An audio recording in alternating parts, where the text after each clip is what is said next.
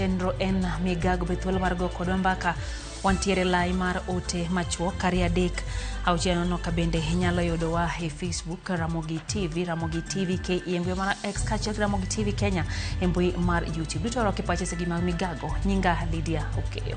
Machiegni piny Kenya osewito bilion 6 kinde ng'anyo mag rawere magikwedo godo piny owacho.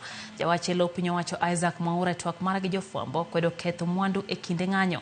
Bende no kawo thuolo mar kuyo kod anyuola ma osewito jowetegi e kinde mag ng'anyo. Okwayo jo Kenya mondo mi obed gi horuok e kinde ma jatend piny Kenya tawo chenro mar manyo jotend migepe manyien. Na ni kweli kwa sababu wa Kenya wanafaa kuzungumziana na ikumbukwe kwamba maridhiano hutokana na mazungumzo. Lakini tungependa kutoa rambirambi kama serikali kwa jamaa na marafiki wa wale wote ambao wameweza kuathirika na maandamano haya, na hususan wale ambao wamepoteza maisha yao kutokana na vurugu.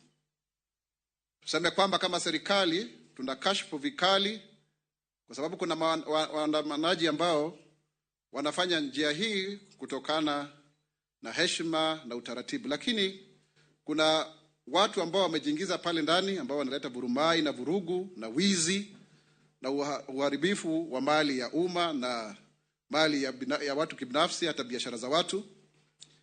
Na tunataka kukemea kabisa mtindo huo kwa sababu sasa hivi unapoangalia waandamanaji wengi ni wale ambao wanataka kuleta vurugu na ukosefu wa amani katika nchini yetu ya Kenya.